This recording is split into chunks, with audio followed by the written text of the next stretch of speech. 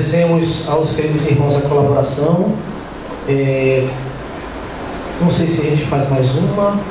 Vamos deixar para o final mais uma, tá bom? Muitíssimo obrigado, muitíssimo. Eu quis começar e pedir ao irmão autorização para começarmos o trabalho, porque harmoniza, a música harmoniza, né? A música nos traz essa possibilidade. Teve uma época que eu estava fazendo biodança, que é uma terapia espetacular, que eu me encaixei muito com o perfil, e que a música realmente nos traz ações e possibilidades muito grandes de termos cada vez mais consciência de quem somos e o que nos espera e como agirmos diante da vida e das situações que acontecem. Estamos no 14º semestre, ano de 2019, no espaço de entrevistas e bate-papo aqui na Sala Recife, ao lado da livraria. Um trabalho que se começou há 3 anos atrás e que hoje nos brinda com várias possibilidades de podermos interagir com os irmãos que estão fazendo a diferença em prol da humanidade. E hoje, como estão vendo todos e todas, temos a oportunidade de conversar com verdadeiros trabalhadores incansáveis da obra de Cristo, de trazer o bem às pessoas, de trazer mais esperança e paz aos corações aflitos, que é o irmão Wagner, que está aqui à minha esquerda, e a irmã Clarissa, que está aqui à minha direita. Nas fotos, nos vídeos, nós vemos que os trabalhos deles não são trabalhos sentados, não são trabalhos intelectuais apenas, mas é um trabalho que realmente o suor, a dedicação e as situações que eles passam para levar paz e conforto às pessoas que estão passando extrema miséria é muito grande. E cabe a nós espíritas fazermos a diferença no mundo, sem dúvida.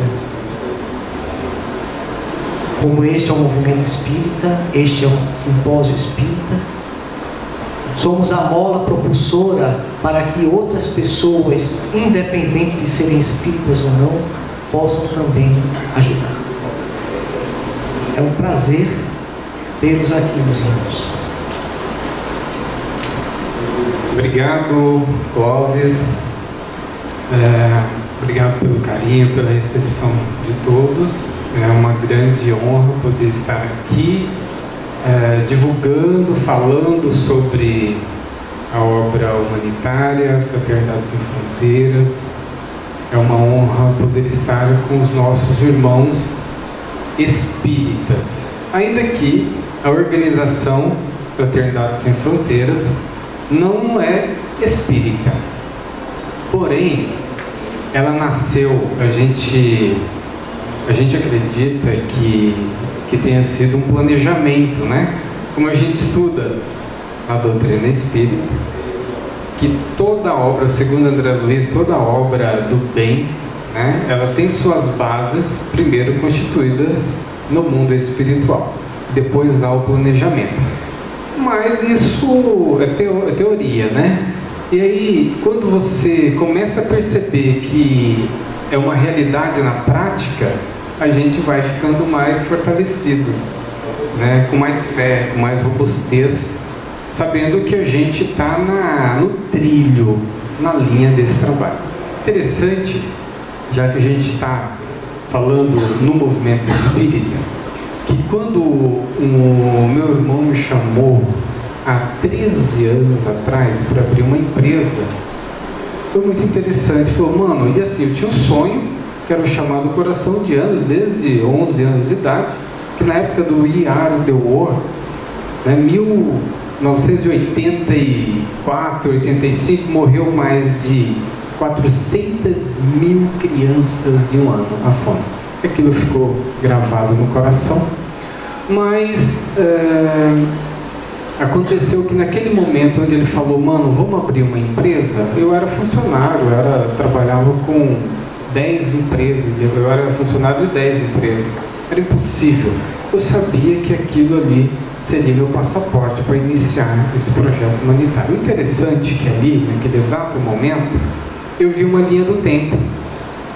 E nessa linha do tempo, em fração de segundos, eu vi o portal Fraternidade e vi milhares de crianças. E aquele ali era meu passaporte para dar início na África. Bom, depois de passado 12 anos, né, estando em conversa com o Divaldo, né, ele diz assim, ó, Joana de Ângeles está aqui do meu lado dizendo que você fez um contrato no mundo espiritual e ela está me dizendo que vocês têm cumprido com aquilo que foi planejado. Uau! Depois de 12 anos. Tem cumprido com aquilo que contrato no mundo espiritual. E tem cumprido com o que foi. Então aqui já deu até uma paz, né? Fortalecendo mais a obra. Isso foi o chamado do coração. E é interessante, por isso que é importante a gente estudar o Espiritismo. E outra coisa que a gente viu é que a Fraternidade Sem Fronteiras cresceria na base do movimento espírita. Na época, eu falei, como que eu vou entrar no movimento espírita? A gente já tinha fundado o Centro Espírita, mas assim, como que eu vou entrar no movimento espírita? Né? Eu não via link, mas tudo bem, mas eu tinha visto que estava na base. Por isso que quando eu estou aqui hoje e vejo as portas abertas, né? Eu vejo palestrantes, amigos, vocês que estão no movimento, são a base dessa organização. Os padrinhos, né? São mais de 400, 500 padrinhos que são caravaneiros que vão ao projeto, testemunham a ação humanitária. Hoje mais de 15 mil crianças na África e no Brasil, e que defendem essa causa humanitária. Esse é um ponto muito que me chama a atenção e a minha imensa gratidão de estar aqui com vocês e fortalecer. E a gente está na base, viu, gente? A gente está na base, porque ainda a Fraternidade Sem Fronteiras, acho que mais de 80% é do movimento, ligado ao movimento, essa força do movimento. Então eu acredito sim que essa organização hoje está na base e a gente cuida dos valores. A intuição que nós temos nesse processo de continuidade são os valores fundamentais. Hoje, a missão da Fraternidade Sem Fronteiras está lá escrita na missão. Primeiro começa dizendo assim, ó, vivenciar e depois incentivar a prática da fraternidade. Sem fronteiras religiosas, geográficas, né, ou de nacionalidade. Vivenciar. Agora, o mais importante, viver.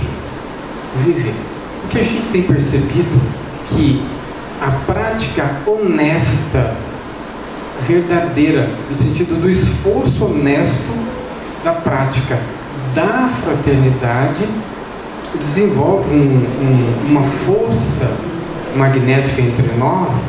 E esse grupo, hoje já são mais de 20 mil apoiadores da organização, né? Como aqui, né? Temos padrinhos, madrinhas, né? Da organização, 20 mil padrinhos que não só apadrinham, mas que tem um vínculo magnético com a organização. E isso faz uma força muito grande, que a gente também desconhece, viu, Clóvis? Às vezes as pessoas até perguntam para mim, Wagner, o que é esse movimento? Eu falei, não sei. Desculpa, não sei. Porque sim, existem, talvez vocês possam até me ajudar a refletir sobre isso, mas existe as pessoas quando conectam mesmo a organização, quantas pessoas chegam para mim chorando, me encontram, falam, você não tem ideia que você fez na minha vida. Eu falei, que eu fiz? Eu não conheço. Não, depois que eu comecei a trabalhar nesse movimento, eu estava pensando em suicídio, eu já tinha trabalhando 20 anos, enfim, e começa a falar, e não são uma, são várias, muitas pessoas, doutora Adriana. Depois a senhora vai me explicar o que pode ser isso. Mas é muito interessante, a gente acredita que seja um fluxo mesmo, a gente acredita que seja uma célula. E aí eu estava vendo falar da PAC, né? É mais uma célula. A fraternidade é uma célula, a PAC mais uma célula regeneradora, é um exemplo regenerador do que se espera, um planeta de regeneração. Que a gente se una. Que absurdo hoje a gente refletir sobre religiões que têm fronteiras. A coisa mais absurda é ver uma religião falando mal de outra. Não existe, isso tem que ficar no passado. A gente precisa unir as nossas almas, os nossos corações para o bem, para a construção dessa nova sociedade. É só unificando em prol dessa nova humanidade. Eu não sei se eu continuo, se eu não. Uma das coisas que a gente tem aprendido, então, e fortalecendo, como eu disse, são os valores. Então, você precisa vivenciar. Todos nós que estamos vinculados a essa organização, nós temos a missão de viver a fraternidade e incentivar. Interessante disso tudo é que nós iniciamos, eu sempre perguntei por que a gente iniciou na África, se a gente já fazia o trabalho aqui, né? Por que iniciamos na África? E aí, com o passar do tempo, eu fui entender por que nós iniciamos na África. Porque a gente foi lá aprender. Na verdade, nós fomos com muita vontade de ajudar, e eu acho que impacta positivamente, socialmente. Mas o aprendizado para mim foi enorme. E todos que vão ao projeto voltam transformados. A imensa maioria volta impactados, se tornando pessoa melhor. Aí eu reflito, como assim? Né? E aí você se esforça com todo o amor, todo o carinho, as pessoas pagam suas passagens, né? Para estarem lá. Tudo, pagam tudo. E ainda fazem campanha de doação, né? Para ir ajudar. E quando fazem isso, ofertando o melhor de si, recebem algo fantástico. Então, esse processo. O que a gente acabou encontrando lá? Olha só. A gente costuma contar algumas historinhas muito simples e que mostram o significado disso. Por exemplo, tinha um menino que eu gosto de falar, que foi eu falo da história do Babalu, né? Que exemplifica muito isso. Ele foi com o Babalu numa caravana e só tinha um chicletinho, né? E aí ele abriu o Babalu e no momento que ele abriu, chegou outra criança, e claro, né, chegou uma criança espírita, né, fraterna, ele deu o Babalu para a criança. Só que lá na África não existe uma criança, existem milhares, né? E no mesmo momento que chegou uma criança, chegou mais 10. Com o Babalu, o que a criança fez? Pegou o Babalu, dividiu em 10 pedaços. Um pedacinho para cada um. A caravana ficou, o que é isso? Como assim? Né? Acho que naquele mesmo dia, no dia seguinte, a gente entrou numa van para levar uma criança que estava com HIV, muito magrinha, estava na casa, e foi a caravana toda e colocamos essa criança, e alguém deu uns 6 pirulitos para ela. Deu 6 pirulitos. A criança, imagina, doce na África, não tem acesso. A criança colocou um pirulito na boca e depois começou a gritar pela janela e foi aparecendo essas crianças. Ela foi lançando certeiramente um pirulito para cada uma das outras crianças. Continuou o impacto nas crianças. Olha, eu fui lá para ensinar o quê? Como assim? Né? E a gente começou a entender uma filosofia que a gente já tinha ouvido falar, que era o Ubuntu, né? A gente foi com fraternidade e encontrou o Ubuntu, que é fraternidade na língua ou na vivência da filosofia e ética africana. E a gente pôde encontrar isso recentemente no projeto que nós encontramos num campo de refugiado, a gente pode encontrar fortemente o espírito Ubuntu. E sobre isso, acho que eu vou até pedir para a Clarice, que hoje é coordenadora do projeto Nação Ubuntu, para falar para a gente o que é essa ética e essa filosofia Ubuntu. Ubuntu. Estou no C, certo? Então vamos falar agora com a irmã Clarissa, ela é coordenadora do projeto. É um prazer imenso ver você aqui, querida. Obrigada.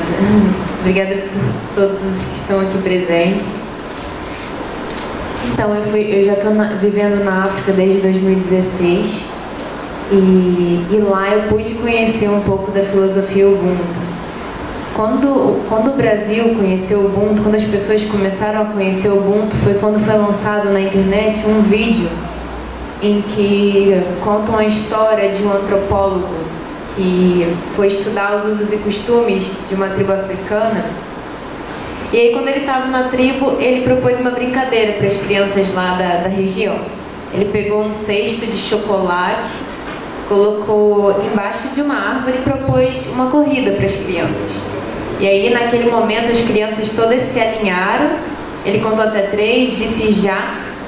As crianças deram as mãos, caminharam juntas, pegaram o cesto juntas e comemoraram juntas. E ele ficou muito surpreso, né? Porque a gente não vê esse tipo de atitude aqui ou em outros países perto da gente. Então, ele olhou curioso para uma criança e a criança disse para ele: Ubuntu, tio, como uma de nós poderia estar feliz se todas as outras estariam tristes? Então, como o Wagner disse, o Ubuntu é uma filosofia e ética antiga, africana, dos ancestrais, e que eles praticam até hoje, que significa: eu sou o que sou porque somos todos nós. Então, quem tem Ubuntu entende que nós precisamos uns dos outros. Ninguém nasce sozinho, ninguém veio ao mundo sozinho, ninguém aprende a falar sozinho, ninguém aprende a andar sozinho. A gente vem estudando o Dalai Lama e o Desmond Tutu num livro muito legal que chama Contentamento, em que eles falam muito sobre o Ubuntu e sobre a relação entre as pessoas. E eles falam que a gente é ensinado na escola, ou é ensinado durante toda a nossa vida, de que a gente tem que ser independente. Independente de tudo, independente de todos. Mas na verdade não, eles falam: não, esse papo de independência é um mito, porque desde que você nasce até quando você morre, você depende dos outros. Basta você olhar para a sua própria vida. Tudo que você tem, tudo que você aprendeu, tudo que você faz, você aprendeu com outro ser humano. Aí eles falam: as nossas vulnerabilidades, as nossas fragilidades, as nossas limitações estão ali para nos lembrar que nós precisamos uns dos outros. Então, o Ubuntu é coletivo, o Ubuntu é amor ao próximo, o Ubuntu é entender que nós somos somos todos parte de uma família universal, de uma humanidade, parte de um todo que está conectado. Esses estudos de Ubuntu me faz refletir sobre nós e sobre a nossa crença de que nós acreditamos que somos filhos de um Pai, Pai de todos, Deus como Pai de todos nós. Mas nós não conseguimos olhar para o outro e reconhecer o outro como nosso irmão. Então, o que a gente fala é que quando nós conseguimos desenvolver o Ubuntu em nós, não vai ter mais nenhuma criança passando fome. Não vai ter nenhuma pessoa vivendo em situação de extrema pobreza, porque a gente não vai deixar. Porque a gente não vai conseguir ver o sofrimento do outro. Então, esse é o significado de Ubuntu. Eu encontrei o Ubuntu num campo de refugiados de guerra, refugiados que vêm principalmente da República Democrática do Congo, 80% deles, pessoas que vivenciaram situações de guerra pelo interesse que existe. É um país riquíssimo em diamantes, em recursos naturais, é um país que vive uma ditadura há 23 anos, e simplesmente por você morar numa área de diamante, a sua casa é atacada, você sofre torturas. E é muito interessante que eu conto sempre 3 historinhas que ilustram bem o conceito de Ubuntu, Uma é que um dia eu fui numa família, na casa de uma família, e eles me convidaram para jantar. Então eu dei um dinheirinho para eles, para fazer a comida, e dei um pouquinho a mais justamente para cozinhar o suficiente para o almoço do dia seguinte. E aí eu fui na minha casa, isso lá no Malawi, que eu morava em frente ao campo de refugiados mesmo. Voltei na minha casa. Quando eu voltei, tomei banho e tudo, depois voltei para casa deles. Quando eu cheguei lá, a casa estava lotada de gente. Eles chamaram todo mundo que não tinha o que comer. Isso porque eu tinha dado para o almoço do dia seguinte. Eu ainda falei, olha gente, esse dinheirinho aqui é para vocês fazerem comida para hoje e para amanhã. E aí a casa estava lotada de pessoas que não tinham a refeição da noite. E aí eu pensei, nossa, né? Conversei com eles e perguntei, mas e amanhã? O que vocês vão comer? Se tudo que era para amanhã vocês estão comendo hoje? E eles falaram, Clarissa, tem um monte de gente passando fome e a gente tem comida hoje sobrando, como que a gente vai guardar? Nossa, eu fiquei impressionada, né? Era o meu primeiro mês no Malawi. Aí depois a outra história é o Prince. Prince hoje é líder, é um dos coordenadores da fraternidade do projeto lá no Malawi. E eu fui para o Malawi em 2016 como voluntária, sem nem saber o que eu ia fazer lá. Chegando lá eu decidi começar um projeto de construção de escolas em regime de mutirão. E o Prince e os 4 líderes que hoje são coordenadores da fraternidade, eles eram voluntários comigo nas construções de escola que a gente fazia.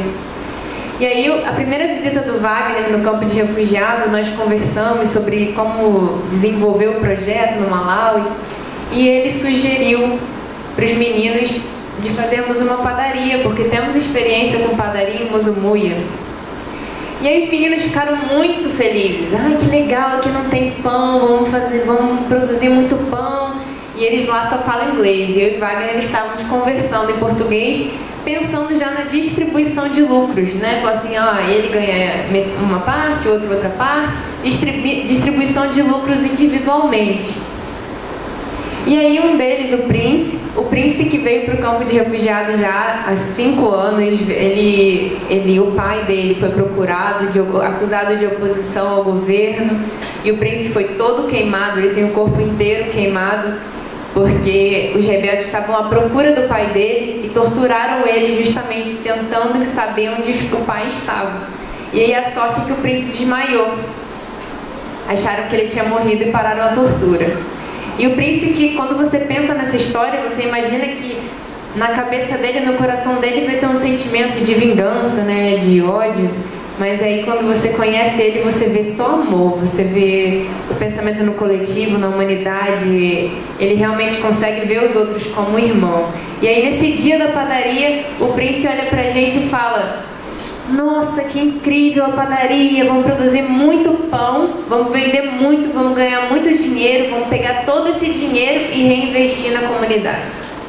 Então eu e Wagner, a gente pensando em distribuição de lucro, e ele, que não tem renda, que tem toda essa história difícil de sofrimento, estava pensando em reinvestir o dinheiro na comunidade.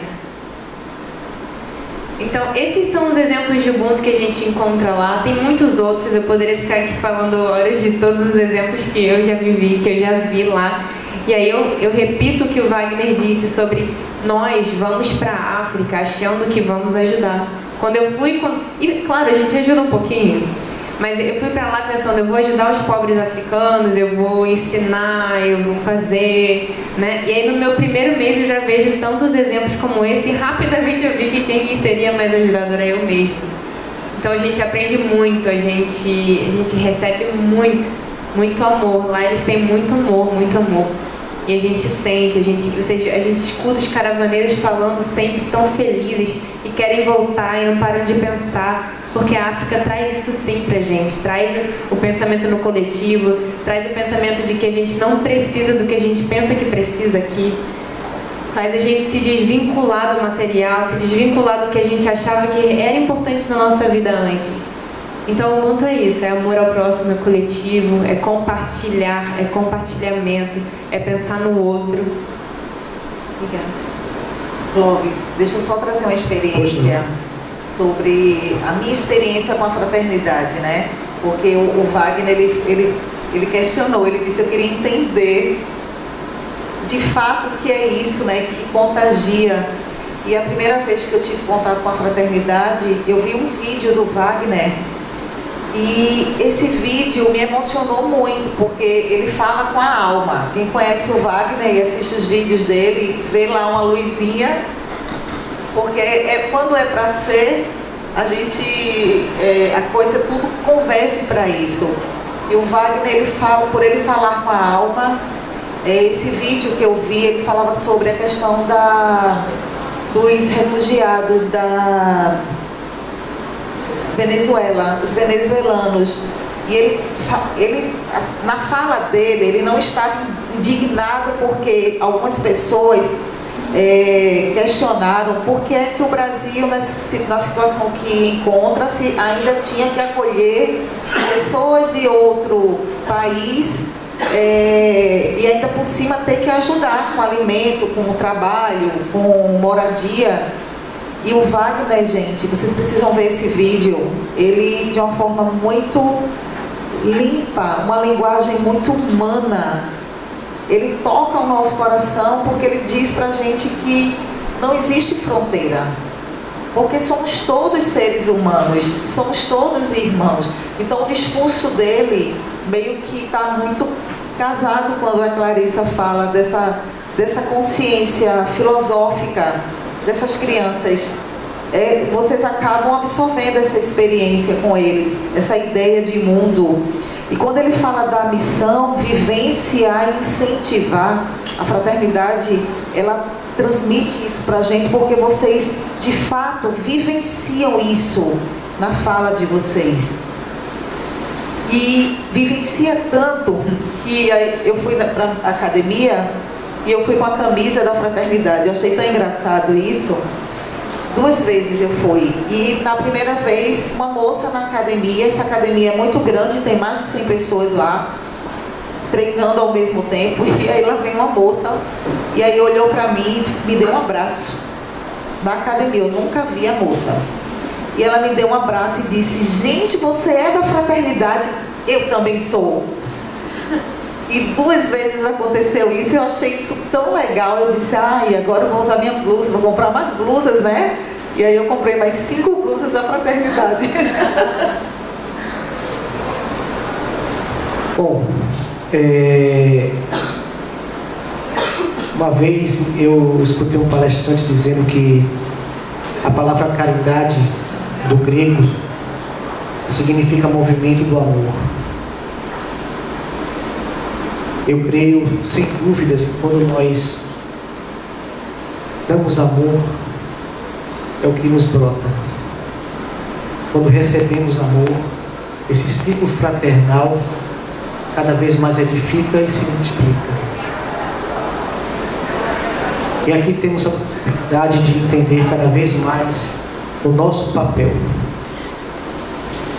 Que é o papel realmente sem as fronteiras que muitas vezes estamos acostumados a vivenciar e precisamos dar o maior sentido para as nossas vidas. E por experiência própria, eu não tenho dúvidas que as oportunidades que eu estive mais feliz foram as oportunidades que eu tive a oportunidade de aprender ajudando e sendo ajudado. E eu acho que, sem dúvida, é isso que os irmãos aqui provam nos seus trabalhos e nas suas vivências. Vale. Então, ouvindo, quando a gente fala, a Paula, quando a gente ouve sobre a vivência, Paula, eu acabei de, ontem a gente estava em Brasília, a gente tem são uns 15 palestras esse mês falando aos padrinhos, aos colaboradores, né, aos multiplicadores da fraternidade. Então a gente estava em Brasília e uma coisa que a gente refletiu lá, e é muito forte, é o seguinte, olha, a nossa meta aqui não é ter mais dinheiro. A nossa meta aqui é viver em paz. viver essa paz uns com os outros. O que nós precisamos, essa é a missão, porque às vezes quando se pensa que a fraternidade sem fronteiras é ajudar a criança pobre, não é. Não é. A missão da organização é viver essa humanidade, a nossa humanidade, é ser humano. Aí, a causa é a gente procura, porque se você é irmão, nós temos 6 irmãos, né? E desses 6 irmãos, tem um que está passando por uma situação difícil, passando pela fome, pela doença, né? Com microcefalia, né, doutora? Com microcefalia, ou com aquelas doenças de pele que eu não consigo saber o nome, né? Hã? Como é que é? Fala aí, por favor. Epidermólise bulhosa. Eu não consigo falar. Bom, então se desses 6 irmãos, essa está passando por uma situação mais difícil, a gente concentra o nosso esforço para ajudar o irmão, tá? Não é isso? Isso. Por isso que a gente vai nas regiões mais desafiadoras, onde tiver um problema, onde a gente vai estar. As pessoas falam, mas vocês estão malucos, né? Cada vez procurando situações mais difíceis. Nós somos, o irmão que veio da Venezuela, que está passando, chegou com a família, todos com fome, só com uma bolsinha, estão morando na rua, com criança, com desnutrição. É claro que ela está precisando. Mas o pessoal de rua, moradores de rua, de Campo Grande, ok, moradores de rua de Campo Grande, a gente vai fazer o trabalho. Mas enfim, o papel principal é a vivência, a viver a fraternidade. Então, a gente fala dos nossos voluntários. Se nós aqui, a nossa primeira missão é viver em paz uns com os outros, né? Eu tive na Etiópia visitando o pessoal fala que é a nossa mentora, né? Diz que é Madre Teresa de Calcutá. Eu falei, nossa, que maravilha, Madre Teresa de Calcutá, né, mano? Que lindo, né? Mas eu fui visitar uma das obras fundadas por Madre Teresa de Calcutá. E aí eu vi, gente, que trabalho, gente, que é aquilo, uma paz. Eles resgatam as pessoas que mais precisam das outras. Resgatam e dão amor. Aqueles que estão melhor ajudam aqueles que estão em situações piores, mais ou menos igual a ideia da Casa do Caminho, né? E vai ajudando, e uma paz, é tudo limpinho, tudo organizado, passando 400, 500 pessoas amparadas, e uma harmonia. Como é que pode, gente? A gente arruma confusão com o outro, uma instituição pequena arruma briga, né? Como é que pode uma instituição com tanta dificuldade ter essa paz? Aí eu falei, eu quero falar com a Madre Superior. Eu não sou muito bobo não, né? Falei, bom, peraí, tem essa paz, eu preciso beber da fonte. Aí eu fui até a Madre, né, Superiora. Falei, Madre, como é que pode isso? Como é que pode uma organização dessa com tamanha paz? Tem alguma orientação da Madre Teresa de Calcutá? Tenho. Uau! Né? Que lindo! Ela disse o seguinte, olha, tem sim. Primeiro, ela nos orientou que antes de começássemos qualquer coisa, assim que levantássemos, que nós fôssemos ali no oratório orar para Deus. Uau! Que legal! Né? Orar para Deus e pedir inspiração, que legal.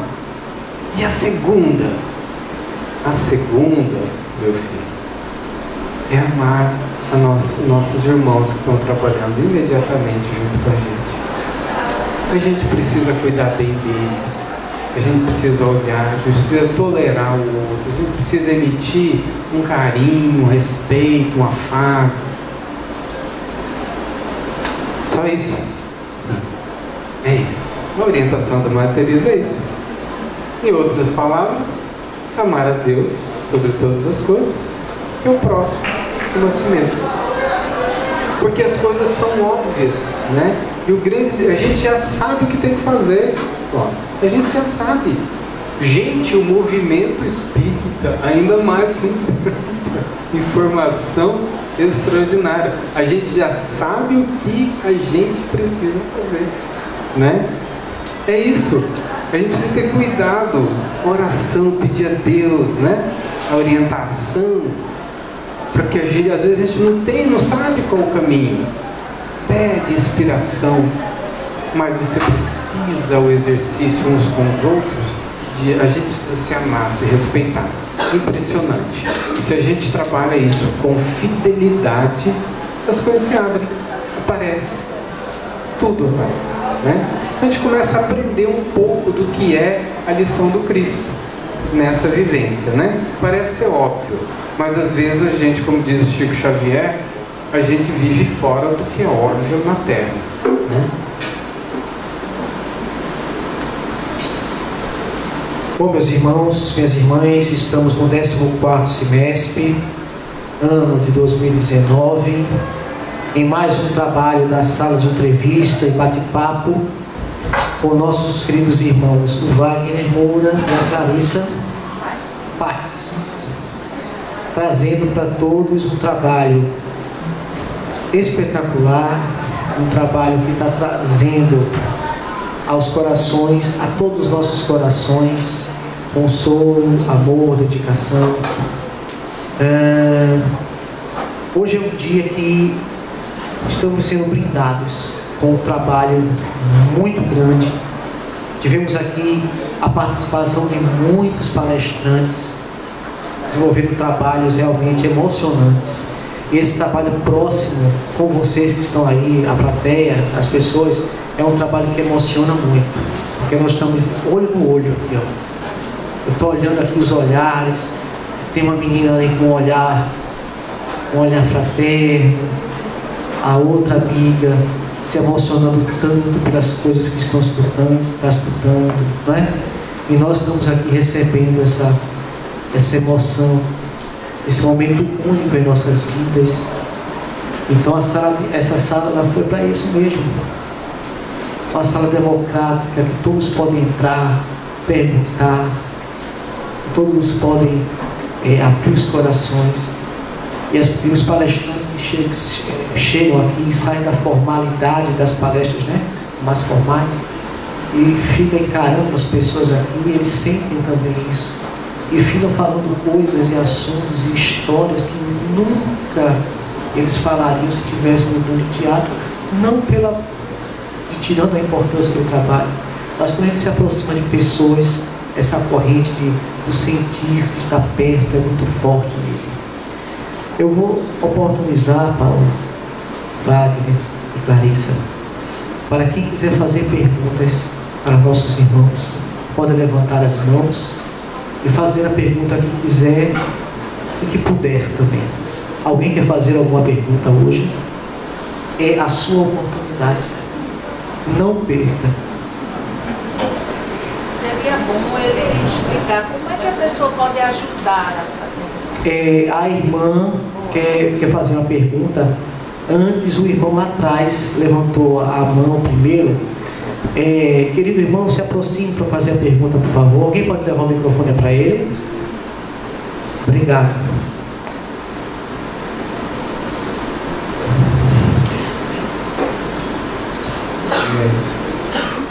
Boa tarde, meu nome é Alexandre, eu sou aluno do Centro Espírita Peixotinho, a gente estuda música lá. E a minha pergunta é a respeito do Ubuntu, ou Ubuntu, não sei qual é a pronúncia correta.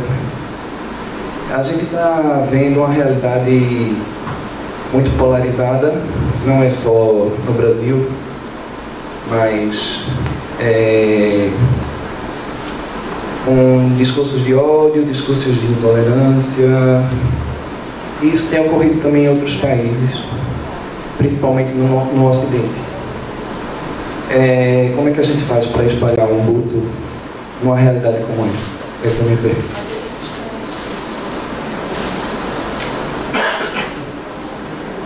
Então, eu acho que ao mesmo tempo em que a gente olha para uma sociedade que, assim, por que faz tanto sentido o Ubuntu? Quando a gente contou a história aqui de Ubuntu, eu vi que muitas pessoas se emocionaram.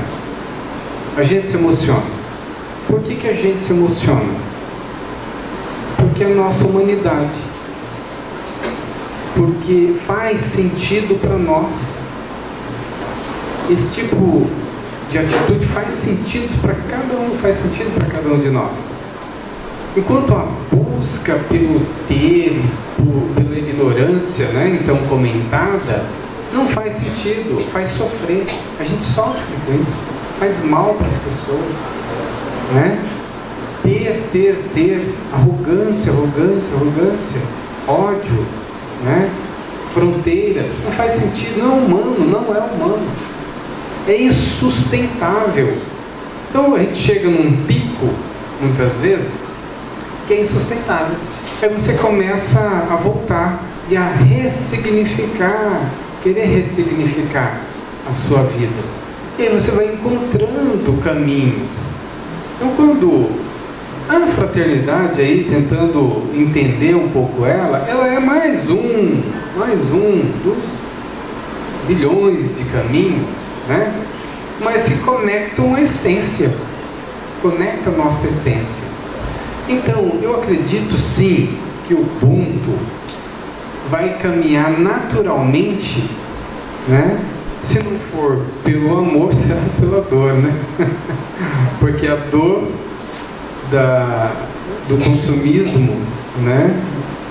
Não vai fazer mais sentido. E como para muitos começa a não fazer mais, a gente começa a conectar em outros movimentos, como esse movimento de fraternidade de Ubuntu, né? É assim que eu vejo. Quer falar? Eu queria dizer duas coisas. Uma que, infelizmente, a gente só vê notícias ruins na mídia, mas tem muito mais coisa boa do que coisa ruim acontecendo. Só que as notícias boas não dão o ibope que as notícias ruins dão. Então, tenho toda certeza de que tem muita coisa boa acontecendo. E outra coisa, você perguntou como a gente pode agir diante disso, né? O Gandhi fala, seja você a mudança que quer ver no mundo. Então, seja você o exemplo, seja você o irmão, seja você o que doa amor, o que doa carinho. Eu acho que é assim que a gente pode começar a mudar um pouquinho do mundo. Cristiana, quer fazer uma pergunta? Como é que a pessoa pode ajudar no trabalho da... A Cristiana está perguntando como as pessoas podem participar, agregar e poder se disponibilizar como voluntário neste projeto. Então, aproveitando já essa série de conversa fraterna que a gente está fazendo pelo Brasil, a gente está lançando Fraternidade Sem Fronteiras, está completando 10 anos, dia 15 de novembro deste ano de existência, e a gente está lançando um desafio para todos, né, nas nossas palestras, dizendo o seguinte, fazendo a pergunta, o que você pode fazer para mudar o mundo? Né? É uma das ações. E aí a pessoa entra no site da Fraternidade Sem Fronteiras.org.br e escreve uma ação que você vai fazer até o dia 15 de novembro, ou no dia 15 de novembro. Então a gente vai construir milhares de ações no Brasil e no mundo com todos os voluntários da Fraternidade Sem Fronteiras e os simpatizantes, e cada um vai fazer um movimento na sua cidade, na sua família, com o seu grupo, para alguma organização, algum movimento de paz, algum movimento de amor. Então vai ser um movimento lindo, dia 15 de novembro, por favor, quem tiver uma ideia linda, tá? Já começa a pensar, inscreva e começa a se organizar para fazer um grande movimento de amor no dia 15 de novembro, que a gente está intitulando o Dia Mundial da Fraternidade Sem Fronteiras. Né? É mais um movimento que vocês podem... Agora, qualquer um pode ser padrinho da causa, porque tudo isso que vocês já viram é um movimento... E sim, eu fico igual vocês olhando, gente, que coisa mais linda, porque são mais de 20 mil pessoas, como eu disse, né? Que doam, né? Um pouquinho, né? mas esse pouco ele é sagrado, né? É abençoado, porque é utilizado com muito respeito, com muita dignidade. Então, a cada padrinho que entra na causa é uma alegria, porque a gente consegue inserir uma criança a mais, né? Então, qualquer um pode ser padrinho. Entrando no site fraternidadesemfronteiras.org.br, você pode ser padrinho de um dos 10 projetos que nós temos na Fraternidade Sem Fronteiras, seja no Brasil ou na África. Mais alguma pergunta? A irmã quer perguntar? Alguém pode levar o microfone para ela?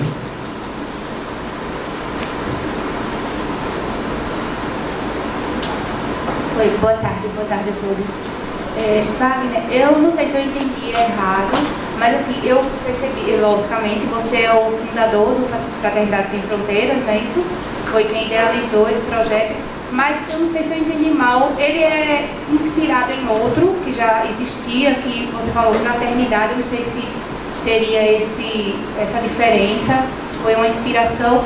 E a outra, assim, como você citou esse dia do Fraternidade Sem Fronteiras como dia 15 de novembro, né? Que todos vão se unir para fazer ações pelo Brasil, essa é a ideia, nesse mesmo dia, mas eu vi que você falou que até lá a gente poderia também ver um dia para fazer, que não seja o dia 15, é isso? Ou realmente a ideia é que seja só no dia 15? A gente, por volta do dia 15, o dia 15 é porque para você ter um tempo de se planejar, a ideia é que seja no dia 15, alguns dias antes ou depois, mas a ideia é que façamos um grande movimento, né, em prol, um dia para marcar. E a gente vai fazer anualmente esse movimento pelo Brasil e fora do Brasil. Outra pergunta? A inspiração da Fraternidade Sem Fronteiras. Desde o início, eu sempre trabalhei no movimento espírita desde muito jovem. Eu trabalhava na periferia de Campo Grande, participei de várias fundações de trabalhos das regiões mais pobres, né? Mas eu tinha esse chamado, eu queria, era algo dentro do coração que chamava, olha, a gente precisava juntar crenças, nações, precisamos ser um só povo, né? Um só coração, essa ideia da família universal. Então eu me inspirei no Evangelho, né? Segundo o Espiritismo, no Livro dos Espíritos, né? Na Bíblia. Quer dizer, a base da Fraternidade Sem Fronteiras foi o Cristo, é do Jesus que nos inspirou. Se tem alguém que nos inspirou agora, tem outros que nos inspiraram, como Mahatma Gandhi, né? É muito alinhado, e tantos outros, Francisco Cândido Xavier, né? Eu vim para a doutrina espírita vendo exemplos de Francisco Cândido Xavier que me tocou profundamente. A partir dali eu fui buscar na obra social um exemplo do Chico. Então isso que nos inspirou, esse chamado, e aquilo que eu disse para você, que foi o impacto, né, de 1984, quando eu era criança, que eu vi milhares e milhares de crianças morrendo pela fome. São 400 mil crianças que morreram em um ano, né, na Etiópia. Então isso tudo juntado com um chamado do coração, que você estava ali, que eu falei sobre essa visão, né, espiritual. Bom, gente, o tempo acabou do trabalho de hoje, mas lembrando que os irmãos estarão amanhã, domingo, conosco, não é? No começo da manhã, creio que é às 13h30, 8h30 pela manhã, no Teatro Guararapes, né? E à tarde aqui, esse. Não sei exatamente onde mas... É aqui mesmo. É na sala de entrevista, amanhã à tarde. Eles dois estarão fazendo um trabalho mais extenso, com mais oportunidades, e vamos conduzir o barco para outros caminhos que possamos perceber e entender um pouco mais sobre esse trabalho. Então, agradecemos mais uma vez a todos e a todas que estivemos aqui, ao grupo de coralistas e os músicos que aqui estiveram, do Peixotinho, aos amigos que estiveram aqui, que vieram por conta de conhecer um pouco mais do trabalho de fraternidade, aos irmãos espíritas, às pessoas que simpatizam, aos que não são espíritas. Todos nós estamos aqui no caminho pela paz. O Cinesp é um trabalho que se estende pela paz, com um propósito único de divulgar a doutrina espírita e de mostrar trabalhos inspiradores que podem transformar vidas, todas, das que fazem e das que recebem. Eu quero fechar hoje com chave de ouro. Eu pedi permissão novamente para o maestro para fecharmos com chave de ouro hoje, agradecendo a todos, pedindo para que os irmãos estejam conosco. A partir das 9 horas a sala estará aberta e teremos participações de vários palestrantes conosco. Dr. Hugo Martins, à tarde os irmãos vão voltar e tantos outros palestrantes que estarão conosco. Quem sabe vocês não vão se surpreender com a palestra aqui ou com o trabalho de irmãos que estão há algum tempo trabalhando pela doutrina espírita. Quem sabe? Então, todos e todas que estão aqui, venham amanhã prestigiar nosso trabalho. Será importante o prestígio de vocês conosco. E os que estão vendo nas redes sociais, estejam aqui conosco, nos ajudando, participando, efetivando e multiplicando esse trabalho. Muita paz e que Jesus Cristo esteja com todos nós. Wagner, Larissa, agradecemos demais a vocês.